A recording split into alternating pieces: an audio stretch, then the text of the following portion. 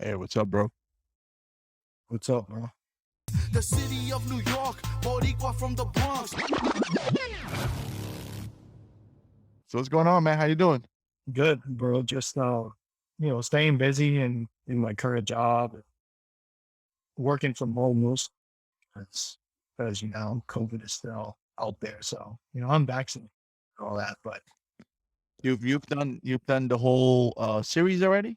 I actually did the Johnson & Johnson Oh, okay. one and done. I did it over a month ago. So now, it's in the news and Yeah. people are kind of freaking out about it. But you were in the military. You know that we're kind of like petri dishes for vaccination. So I've had pretty much every vaccination out there. I'm not too worried about it. I don't think I'm gonna live to 150. So, so I mean, Yeah, I wouldn't worry too much, right?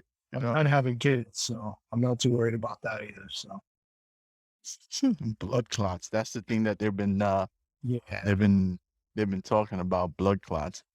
I mean, that's the one I wanted to do, but it wasn't available. So we're doing the first set next week, So I mean, it just so happened that this news came out afterwards. So we had already, booked the one, and I'm cool with that. Like yeah. whatever, man. I didn't get to pick. It was target of opportunity. Hey, we have this available. All right, let me get it because I don't want to be delayed and prolonging the situation. If I can get the vaccine, I'll get it. And again, none of us is going to live to 120, 130. So, people I feel like, Do we even want to live to 130? You know what I mean? be by yourself, man. You know? Yo, since you mentioned that though, man, if you could, would you take immortality? Hell no. Bro, I feel like this is one chapter in our existence. So not to get super philosophical, but I think that, you die and you're still in the universe, just in a different form. So I'm not too concerned with being a human forever. So, I mean, we all come from stardust, bro. So regardless, whatever made you is going to be here. It's going to be just in a different form. So, but Mm. I'll let it watch. Everybody seems to say no. I don't think anyone has ever, I can't think of anyone who said yes, except one person. They said with the caveat that they could end it anytime they want to. Yeah. Which you're basically immortal unless you choose to not be anymore. It's kind of what their catch 22 is. I mean, that's how it is with the vampires, right? If they don't I want. was going to mention, bro, you said an interview with a vampire, right? Oh hell yeah, I have every book in that series. Well, so I should read the books, but when you look at how lonely the dude is centuries later, because Yeah, but those guys, man. You know, well, so if you're talking about Interview with the Vampire, you're talking about Louis, right?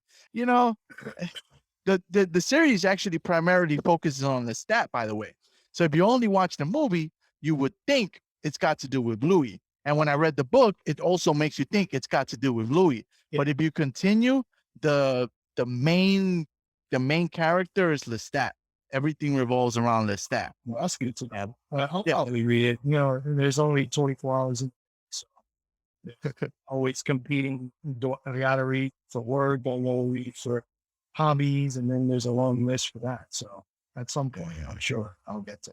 Put that on your to read list, man. The whole Vampire Chronicles, and then that's gonna take you to the Witch Chronicles. Then that's gonna take you to the single books that have to do with that universe, and then that'll take you to the the Werewolf Chronicles, and then you could even get into the Jesus Chronicles. All that stuff from Anne Rice, man. It's Yeah, I'm phenomenal. I'm stuck on Don Quixote. No, that's what I'm reading. Don Quixote? Really? Yeah. I mean, that's a classic. That's considered the first, technically one of the first novels in modern history because it was published in the 1600s. So I don't think I ever read that. Yeah, it's good. yeah, it's good. I mean, it's kind of, I would say it's kind of part of our our Spanish heritage, But Mm. the dude is he's out there. He thinks he's a knight and everything is like an adventure, a battle or something. So it's a crazy book so far. And it actually makes me laugh out loud. Yeah. There's some hilarious parts. Awesome. I gotta pick that up, man. This dude is hilarious. Is it in Spanish or English? I'm reading the English one because sure I can read the Spanish, but it's gonna be Spanish from that era. So it's not Right. necessarily Would be a little hard to. you gonna need I'm probably gonna need a dictionary. Right. Right. Understand some of the words here and there. Even in English, is it like translated into just regular English, or is it like old English? You know, Right. There's a few different versions, but the one I tracked down, I got it on Amazon, the Kindle version, and it's more of a modern version. So there's still some words that we don't use today, but there's, for the most part, it's English that's intelligible to us. It's not old English or anything. Right. Right. Cool. I'm gonna pick that up. I actually, I should read that. I mean, I, it is a classic, and it's got to do with I mean, I don't know what it has to do, but I know the name, right? So Don Quixote, I should probably read the book just to be more a little more cultured. Well, now one of the most popular roads from Puerto Rico, Don Quixote, is named after him. It's named after that book, Oh yeah, no, I did not know that. Don Quixote. So Yeah. it's named after Don Quixote. Oh, So it's been part of the Latin American and Spanish culture for I think they called me that before because of my chin. Right? Don Quixote when I he had a beard. He had like a goatee. that's where the name comes from. I don't he gave himself that. Oh, His last name, his family name is Quesada or something like that. And then he renamed himself to Don Quixote of de la Mancha. So that's the town that he considers himself a knight, and it's gotta read it. I love the laugh out loud books, man. The ones that make you laugh, that actually make you laugh. my wife, she gets mad because I fall asleep to the Kindle. I has the lighting, the background light, and I crack up at the book, and she gets pissed because I wake her up because she's falling asleep. She's like, "What the hell are you laughing at?" Yeah. So, some of them are funny like that. There's an author called Carl Hyacin who I've been reading for a while. I have almost all his books. His books make me crack up like that. I bust out laughing in the train reading those books. People look at you like, "Oh, yeah, it's all afraid. Like, stay away from there. Don't rob that guy."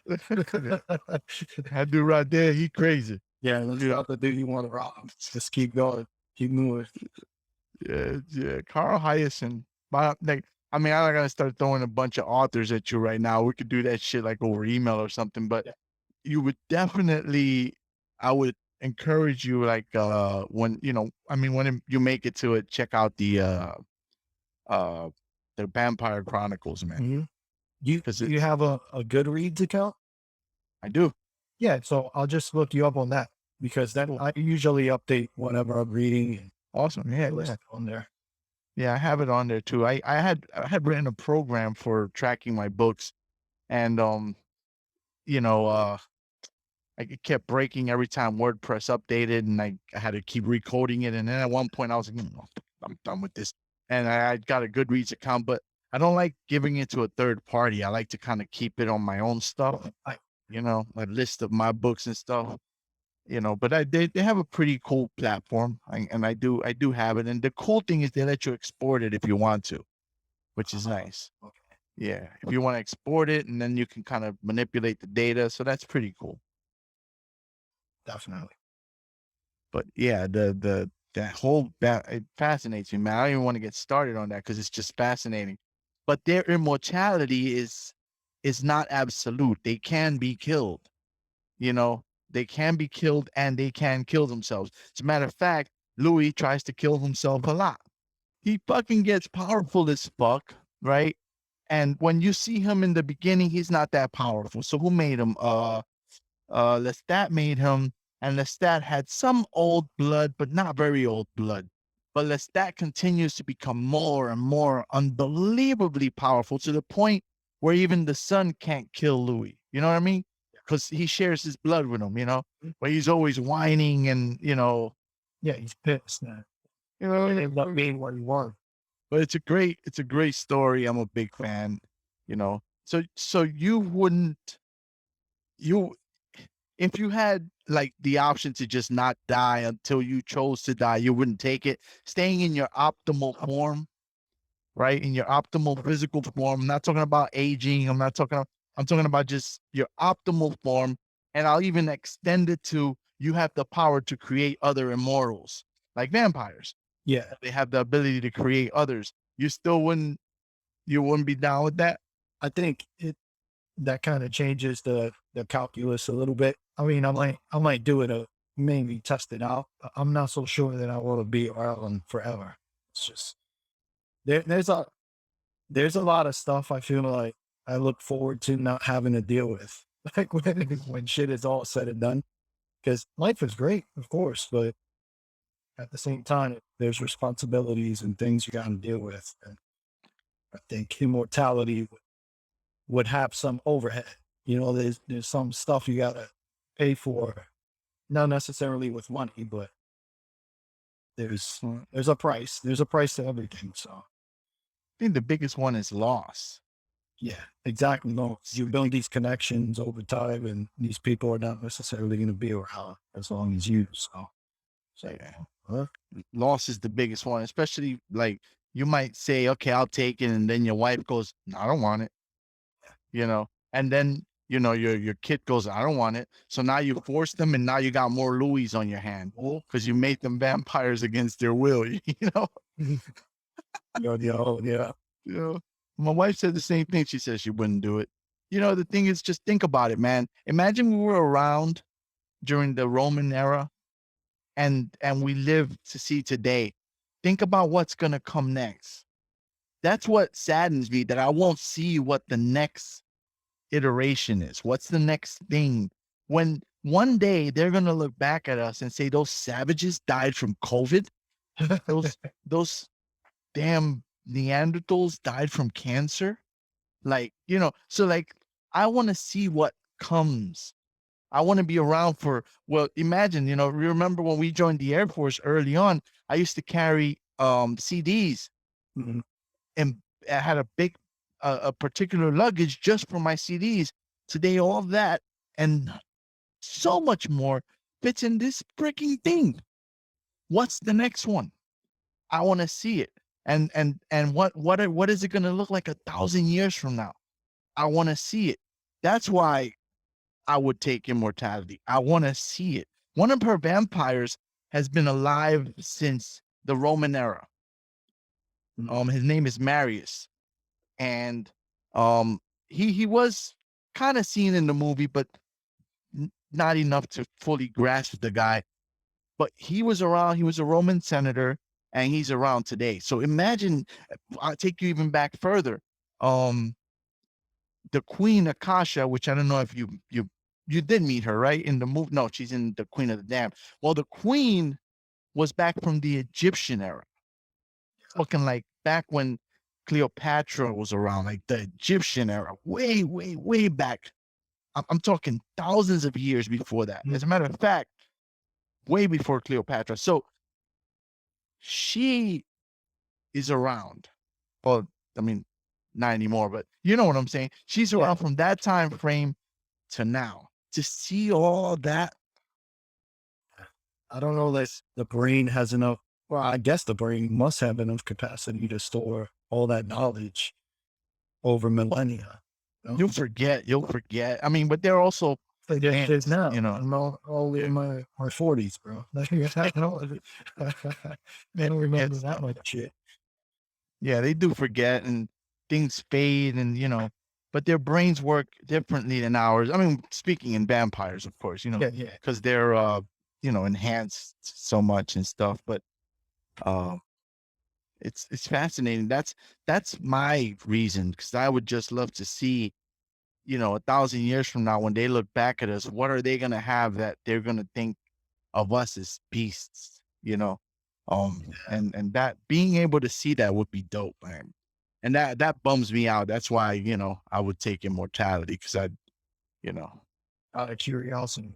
yeah, just the intellectual in me would just love to see what can we possibly do next. Yeah. What comes next? What is it that's going to ultimately cure cancer? And they're going to look at us like we're these beasts who needlessly suffered and died all these years, and we may not even need the body as a vessel anymore. You may be able to put it into, some sort of digital thing, but still be you. Yeah. I mean, this is fascinating, man. It's fascinating to me. Wishful thinking. I mean, I'm not gonna be around. I'll be dead by then, and we'll all be dead. But maybe we could be around to see one more major transition in the world in that sense. We've seen a lot in our lifetimes. We have. I I mean, we went. you consider everything going back to the World Trade Center, right? In 93, was it 93? When they attacked that. And then in 2001, they attacked it here. And you got Afghanistan, Iraq, you got COVID, you got SARS, you got swine flu. The technology things that have happened, the miniaturization of everything, the digitalization of everything. Like, So it's funny you bring that up because I know we kind of have gone off on a major tangent. I know we were going to talk about like the cops and stuff, but before we switch, I was watching on CBS News. There's this guy, I don't know the name of the company. He's the owner of a company that makes superior audio equipment, world-class audio equipment, and it uses records because when you digitize music, in order to keep it in small enough to store on a computer, it loses quality inherently. It's just not going to be as good. So the records of old and the sound systems from the past actually allowed you to perceive the music throughout its range. You could appreciate everything that the performers were doing versus when you listen to it on your AirPods or something, it doesn't capture the entire spectrum of what that composer or that musician generated, what they made. So you have more, but the quality is lower. So it's like that battle between quality and quantity. Yeah. So Yeah, they definitely remove certain highs and that our ears supposedly can't perceive, and the compression and everything. I'm good with that. I just I'm perfectly fine with that. Um, I know that a true audio file will not be. They'll want to hear it and it's perfect. Me that doesn't matter to me. I can barely perceive it.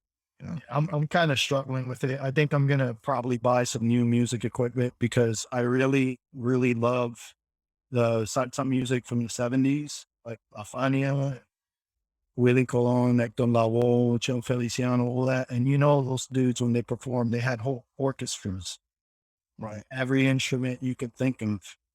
And I feel like I need to appreciate that music in a way that will do it justice. And my iPhone, I don't think is going to when that music getting justice. So I'm probably going to buy a few of the records, the vinyls, and build up a small collection. Nothing crazy, but just some better audio. So since I listen to that music all the time. Right. You're a big salsa guy, huh? Yeah. I have instruments and not necessarily to dance it. I could dance a bit, but I really like the music, the lyricism, because it's when you see what they're saying, they're talking about life, about the streets, but it's from back in the day before you and I were born, Mm. So Pedro Navaja comes to mind when you say that. that's one of the songs. Immediately comes to mind, because that's storytelling right there. That guy's just straight up storytelling. He's Almost, yeah. Just there's a movie, man. You ever saw the movies? Pedro Navaja, El Hijo de Pedro Navaja, like all these. I gotta look that up. I didn't even know there were movies. Word, man. and they're actually pretty good. I mean, I was a kid when I saw them, but I remember one of them was called Pedro Navaja, and then they came out with the sequel, El Hijo de Pedro Navaja. Yeah, man. Like, yo, Carlito's way. Check it out, man. Look it up. Yeah, man. I actually want to watch them again now that I mentioned. I completely had forgotten about it. I'll look it up, bro, for sure. I'll look it up. But yeah, so I mean, we warmed up pretty good, chatting for a while. But you've been following the news. You see what's going on. Everything that you and I have lived, they're reporting on it as far as the way the police operate and things that affect the minority demographic more so than anybody else. And did you see that Army lieutenant that was arrested Did recently? I did? What you talking about? The dude that they pepper sprayed? Yeah, that guy. Yeah, those cops were out of line, man. I don't bash the police, but you have to call them out when you got to call them out. I mean, if someone's doing something wrong, you got to call them out. And that guy came. Look, man. Here's the bottom line. You and I are civil. Well, I'm a civilian. We're not law enforcement, right? We're not law enforcement, so we're expected to be a certain standard, be a certain way. I feel like if you're in law enforcement, you have to have an elevated standard, particularly when it comes to ego, aggression, um, things of that nature. You know, you can't be a cop who has an ego. So if you tell me shut up and I say no, then you're gonna beat the crap out of me. You have to have an extra level of control and discipline. If you can't tell the difference between your gun and your taser, something ain't right. Right. So Something ain't right. It's either you're a ridiculously stupid person or you did it intentionally. One or the other, right? There's no in between. so I mean, this is the day, right? So you while you were in the military, you didn't get to deploy, did you? Say again? You didn't get to deploy while you were in the Air Force? Did you deploy anywhere? No. Yeah. So I've deployed a few times, and when you go forward and you carry a weapon, there's what any military member will tell you that's deployed, ROE, so rules of engagement. And those rules of engagement dictate when and where you get to use force, under what conditions you get to use force. So there's the obvious situation with self-defense, right? Usually there's positive identification, make sure that the person is an actual enemy before you take a row. There's rules of the game, basically ground rules that dictate when you get to use deadly force, when you get to defend yourself, when you get to pull your weapon from the holster and use it. And with the military, you have the UCMJ, right? The Uniform Code of Military Justice. So you do something stupid. You go like that one Army dude. I don't remember his. He left the base in Afghanistan and shot up a village of people. Well, guess what? You go to trial, and if you get found guilty, you go to Leavenworth to prison. So with the military, there's a process to hold us accountable. With the cops, there's supposedly a process, but they police themselves. So you can file a complaint with Internal Affairs. You can bring it to the attention of their leadership, yet they get to still do their job. They go on paid vacation and life goes on for them. So that's the issue here. My take is that a lot of these guys that are now getting caught with body cams and surveillance doing things that are illegal as police, they don't realize that they're not in the military. So guess what? There should be some ROE, just like the military. You're not in the military, but like you said, you should be held to a higher standard because you're in America. These are enemy combatants. These are American citizens that you're supposedly there to protect and serve. Yet they see them as the enemy.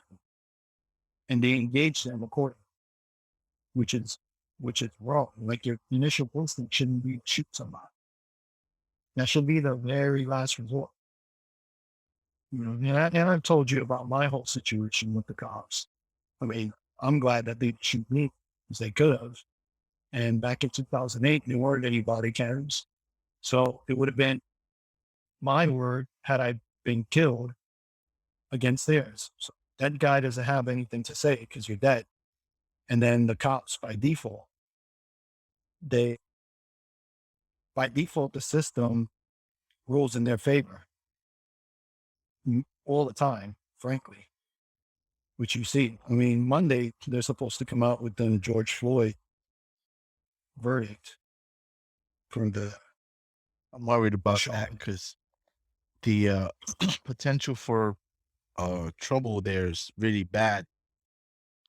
It's I'm concerned for humanity. you know, I'm concerned for humanity on that because you know if they let these cops go, it's just not going to be a good thing. This guy. Not at all. People are going to lose their minds, and rightfully so. Yeah, I mean, how much clearer than than that do you need to be? You know what I mean? Like, you know, it's crazy. Look, man, if I go and I accidentally discharge my weapon, do I get to be like it was an accident? No, I'm gonna go to prison. I'm gonna get locked up. That consider all right, car accident, right? So you crash into somebody by mistake. Do you get to go home and just all right, life goes on? No. Your insurance is gonna have to pay for it. Your rates are gonna go up. There's a consequence, even though you didn't mean to do it. Now it's worse if you deliberately committed the infraction. But even if it's an accident, someone has to pay for it.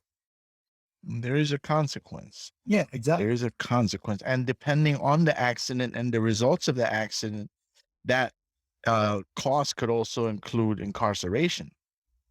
Depending around the parameters or around it. So I understand that the police have a tough job. I understand that traffic stops are dangerous. I understand all that, but at the same time, if you I mean, I'm gonna go back to this one because it's the most recent stupid thing. If you can't distinguish between a taser and a handgun, and this person was responsible for training people, if I read correctly. So this was a senior, experienced officer. If you can't determine between the two, you're definitely negligent, and you should be punished accordingly. I mean, this I can't believe people debate this. So, You know, bro, when we deploy, for example, you have your weapon on you. You're supposed to carry it with you all the time. You got in the shitter, that gun is on your belt. Or if you wear a leg holster, I don't like wearing a leg holster. You take a shit, that gun is right with you. If you mistakenly shoot the gun, back in the day, they called it accidental discharge. Well, guess what? The military calls that negligent discharge because you're supposed to maintain positive control of the weapon at all times. And a negligent discharge usually equals Article 15. So you're going to get punched. So there's no such thing as an accidental discharge because if you have a round in the chamber and you know you have a round in the chamber and you're not practicing trigger discipline, well, guess what you just did? That gun went off. The gun isn't a living thing. It doesn't shoot on its own. You did something to cause the gun to shoot. So with the military, we're strict about that. You'll get punished if you do something stupid like that. With the cops, it's a mistake. It's like, well, he feared for his life. Really? Because you're taking lives here. It's not like it accidentally discharged a gun. You took a gun instead of a taser and you shot somebody dead. Like, I mean, what greater cost can you take from somebody than their life over a mistake and get away with it? You know what I mean? Like, it's just mind blowing, man. And again, to be clear, I don't bash cops. I have cop family, I have cop friends, you know, but as a society, we have to, if you make if you're so here's I'm not a cop. Why am I not a cop? Because I had a lot of trouble in the street growing up. It made me nervous. It made me anxious. It made me a fearful individual, right? I'm a paranoid freaking guy. I walk the streets on edge all the time. It's my history. The violence I experienced made me that way. So I know I wouldn't be a good cop because I'm fearful. Now you put a fearful person in a position of authority and you give them a life-taking weapon, and somebody on the street challenges them, they might think, "Oh, that's that guy who used to pick on me." And they might escalate things to so I know this and I'm not a cop. We need to examine this. Why did she reach for the wrong weapon? The one who shot. Yeah. Why did that happen? How could you make that mistake? You know, did the situation even deem a weapon? You have to look at this whole thing, and then you say, there's gotta be consequences. I'm sorry. Thank you. You hit the nail on the head. So why is it that there isn't a process to determine what type of person is hired to be a police officer? Because like you said, to me, my impression is that a lot of folks who were bullied, who felt inferior or felt whatever, gravitate towards that profession. And then it's almost like payback. Like, no, I have a badge and a gun, so now I get to flaunt my power and my authority. And that's not what it's about. They should be there to serve the public because our taxes pay. It's not free employment. So there should be some accountability is the bottom line. They shouldn't just be able to do whatever they want, which is what they've been doing. And then the system as it stands, the prosecutors on up shield these guys. That's what they do. That's what happened in my case. They asked me, they basically said, yeah, if you want us to drop your charges, then you you can sign this general release agreeing to not sue the police officers, and then we'll close your case. And my 3 charges were resisting arrest. There was no criminal charge that would justify them even engaging with me. There was no like robbery or something that initiated the engagement with the cops because they were lying in the first place. So why is it that you ask me to sign the general release so I don't sue your asses in exchange for you dropping charges? Now, as a military member, you don't have the luxury of going to trial and doing all that because it affects your career, especially if you have a clearance, Mm. military clearance, classified information. Well, then no, because I don't want this hanging over my head for years. So, okay, yeah, I'll sign the release, but that's not the way it should go down. Why? That's how they get you. They know that they come up with some trumped up charges. Oh, hit him with this one, hit him with this one, and then we'll just make this go away by making him sign this. You know, that's what they do, and they do that to a lot of people. If you and that goes into the whole prison complex side of it. If you look at how many people are offered plea deals um in exchange for not going to trial or not following through on certain charges, they take them because even if they're innocent, because they think that the system is rigged against them. So a lot of people get jacked up on the plea deals.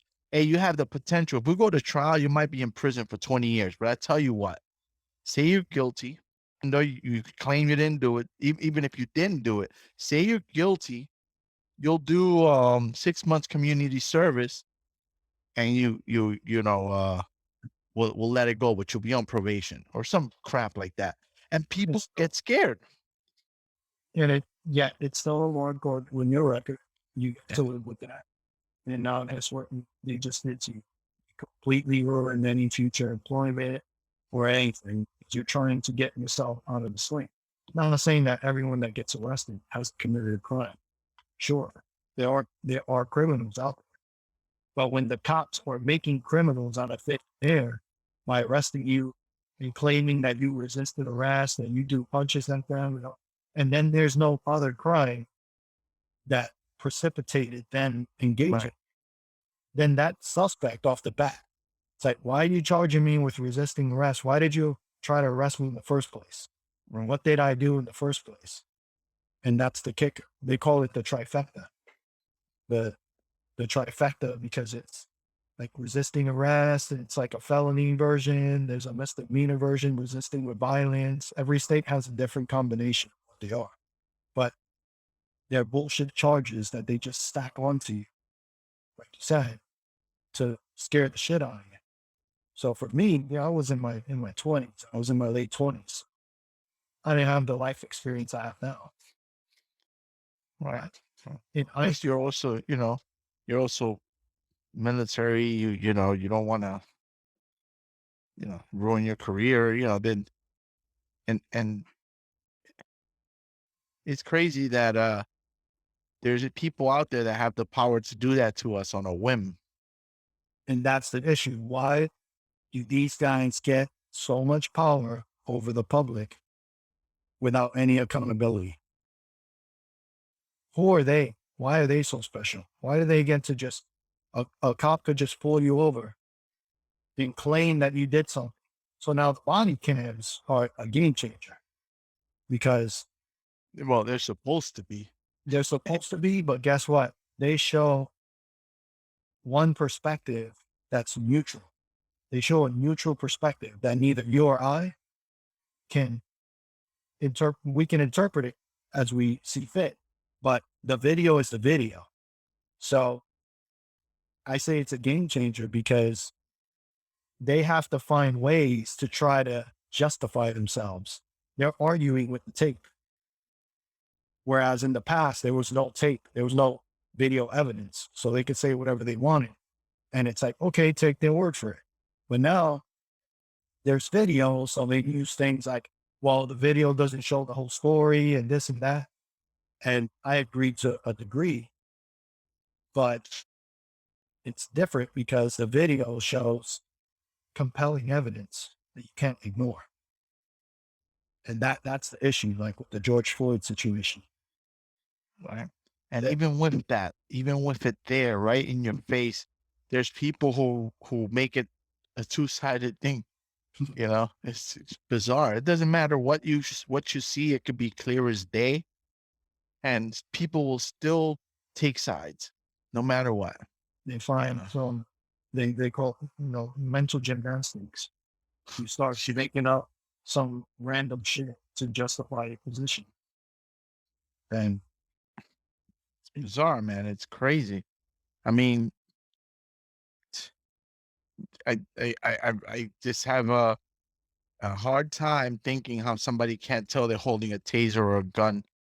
I don't care how stressed could she have been, or under the pressure that was this kid like 20 years old? yeah, What could have been possibly happening at that moment that you were so scared or so confused or so angry or whatever that you mix the two up? Like, I understand if we're in the middle of a shootout and you're running for cover and you're ducking and you're trying to like not get shot, and then you reach and you accidentally grab the wrong one in the heat of that moment. I could understand that conversation. It's like, well, yeah, while we get a little confused, we get flustered or whatever, but you're stopping a 20-year-old, right?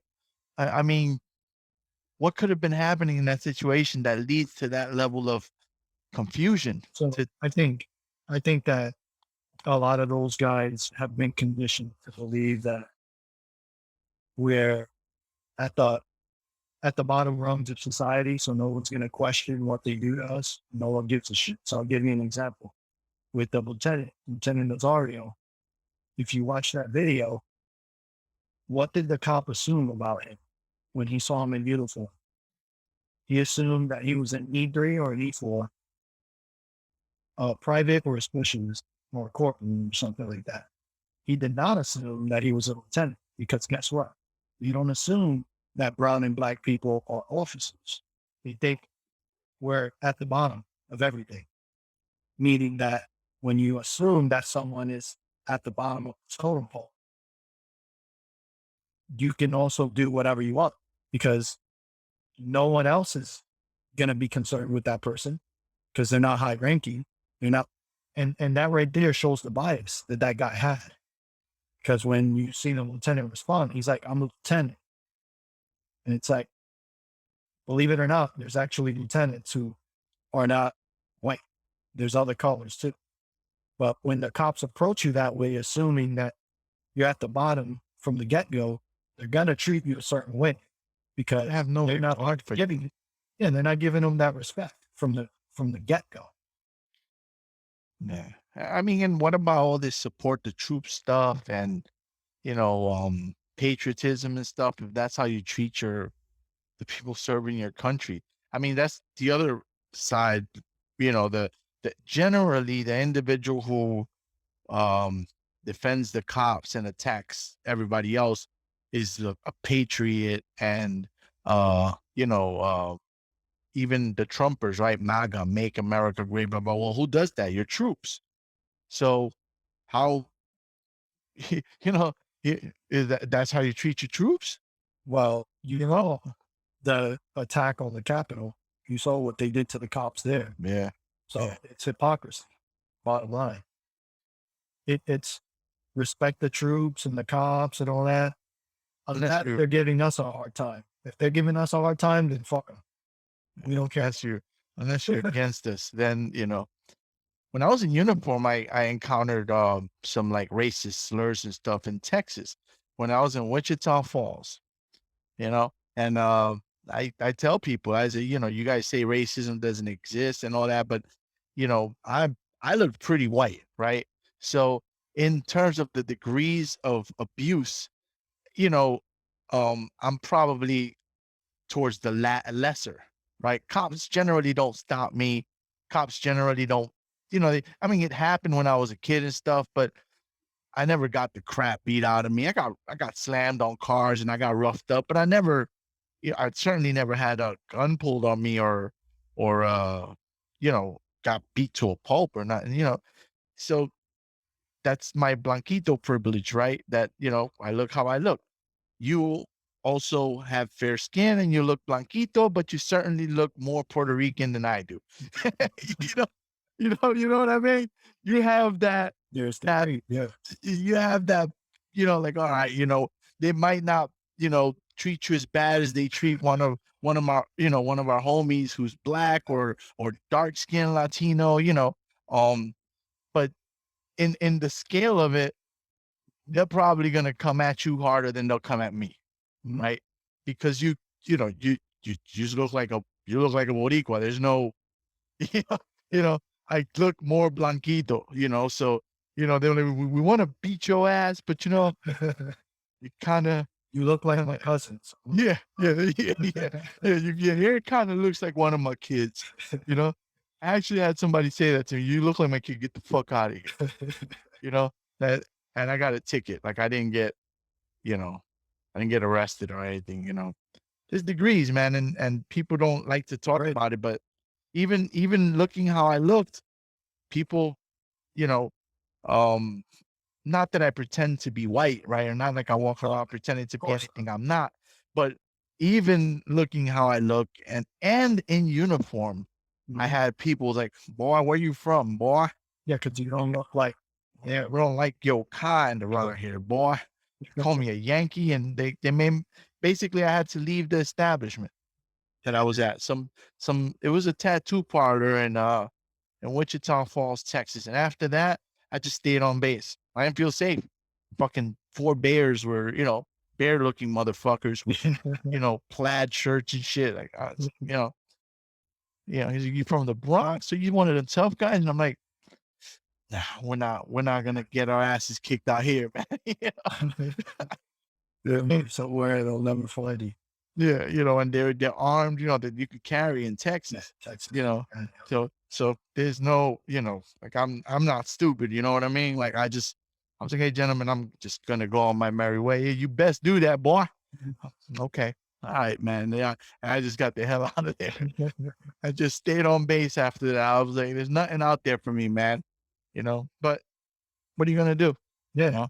Yeah, no, I wanted to get a tattoo. It'll probably tattoo a freaking dick on my arm or something. Like, you know, it's hard to swastika. you know what I mean? Like, Better flag. yeah, you want to draw that dolphin? Yeah, we got you. And you know, next thing you know, I have the Confederate flag on my back. You know, nah, got the hell out of there, and I got the hell out of there quick. Yeah, I stayed on base. You know, Probably the best thing you did, man. But sadly, that's where we live. I don't think that I haven't experienced most times I've gone to different places throughout the country. It's been fine. I haven't experienced any craziness. Off the top of my head, I can't think of a time where I had people give me a super hard time, but it's always lucky. You know, there's always, you can sense when someone feels like you ain't from around here, you know, and they just, the way they interact with you, you could tell they're just not comfortable with your presence. So it's just the name of it, yes. it's the little microaggressions you could perceive, and Yeah. you know, no, but these guys straight up say, "Yeah, you one of them Yankee boys," and I see Rodriguez, right? You one of them Yankee boys. I'm like, yeah, we don't much like you Yankees around here. I was, all right, fellas. Yeah. That's right, boy. Yeah. And you know, I think calling me boy is not, you know, it's not a term of endearment. You know what I mean? Let's start the relationship. Yeah. Yeah. And yeah, no, I dipped, man. You know, and when I deal with cops, I'm very respectful, you know, always have been. Um, you know, just I mean, it's just kind of how I came up and stuff. But I see, you know, I mean, I've encountered some pretty nasty ones. I was with my friends before too, and one of them was flashing a flashlight in my face for no reason. He just put it right in my face and just looking at me like he was trying to get me to defend myself and say something because I this guy wanted to, you know, I don't know why he just had it out for me. Like you know, he just wanted me to, you know, he's just like, you doing any drugs? You doing any drinking? Like flashing it in my face. And I'm like, no, officer, don't do any drugs. Oh, you don't do any drugs? Let me be the judge of that, and flashing it in my, you know, like he was trying to provoke me to get, and I just kept it cool, you know, like you can check anything you like. I'll comply, you know, like I just, you know, but you knew that guy wanted to, you know, like you're saying, you could tell he just wanted, just blink the wrong way. Give me a reason, like, you know. That's the thing. So I would say most of my 2 out of 3 encounters with cops have been fine, perfectly fine. Most of the time, they're cool. I've even had them almost apologize for giving me a ticket. It's like, you know, I caught you speeding. Sorry, man. I got you on my device. Just too bad. But they're cool about it. They're not there. And I drive away thinking, well, the fucker, you just gave me a $200 ticket and you're polite about it. So Yeah, it's kind of funny. But in some cases, I've experienced what you just described, where they're just waiting. They're almost like egging you on to see if you act. And then my one time where I actually got arrested, where they beat the shit out of us, then that's the outlier. I don't think that happens all the time, but it shouldn't happen, period. You shouldn't be able to just fuck somebody up just because you feel like it without that. They're not judge and jury. That's not their job. That's not their place. So, well, and then that's to fine. protect themselves, you know, they give you the trumped up charges, Yeah. and To shoot themselves. you know, And now it's you're biting the shit sandwich. You're dealing with the situation, and they go on their merry way. Some of these dudes are fucking assholes. What I am saying is, some people get tired of their shit, so they go and act out. Like do you ever hear about that Navy veteran? His name was Christopher Dorr. that's the black dude. Diesel black dude that just went on Oh, a rampage and he was just killing cops left and right. He wrote a whole manifesto and all that. they killed him, right? Of course they killed him. They let his ass up in like a Yeah. cabin. By the time they finally caught him, he was barricaded in a cabin and shit went up in flames. So And his they side of killed the him. story, You know, they didn't arrest him to get his side of the story. No. He's black, bro. You know, He was No, LAPD or something. no, he gets killed. You know, he doesn't get the escort to McDonald's and the gentle touch that mass shooters and people like that get of other persuasions. So, so people willfully close their eyes and they pretend that there isn't a problem.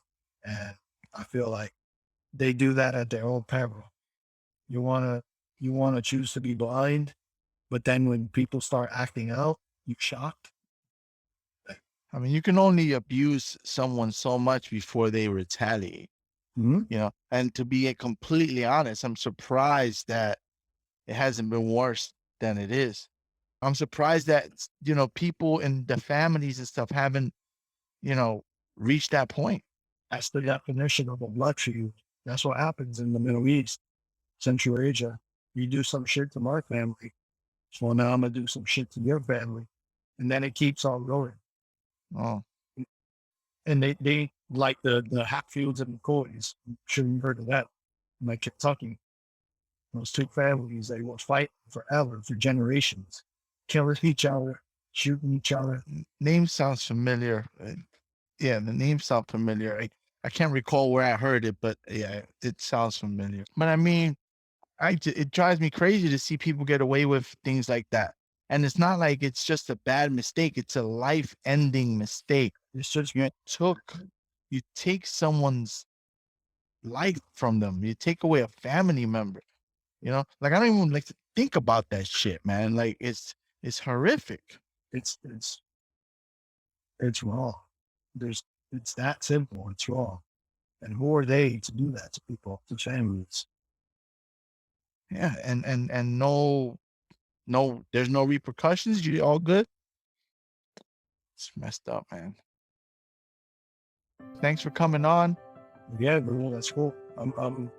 Like I said, I'm always glad to chat with you. It's always entertaining, good, just good to catch up. Cool, brother. All right, bro. All right, man. Take it easy. Catch you. I'll see you, bro. All right, suave. You are listening to the NYC Talking podcast. www.nyctalking.com. Please like NYC Talking on Facebook. Please follow Angel R Talk on Twitter and Instagram. We are NYC Talking, the realest lifestyle blog ever. Thanks for listening.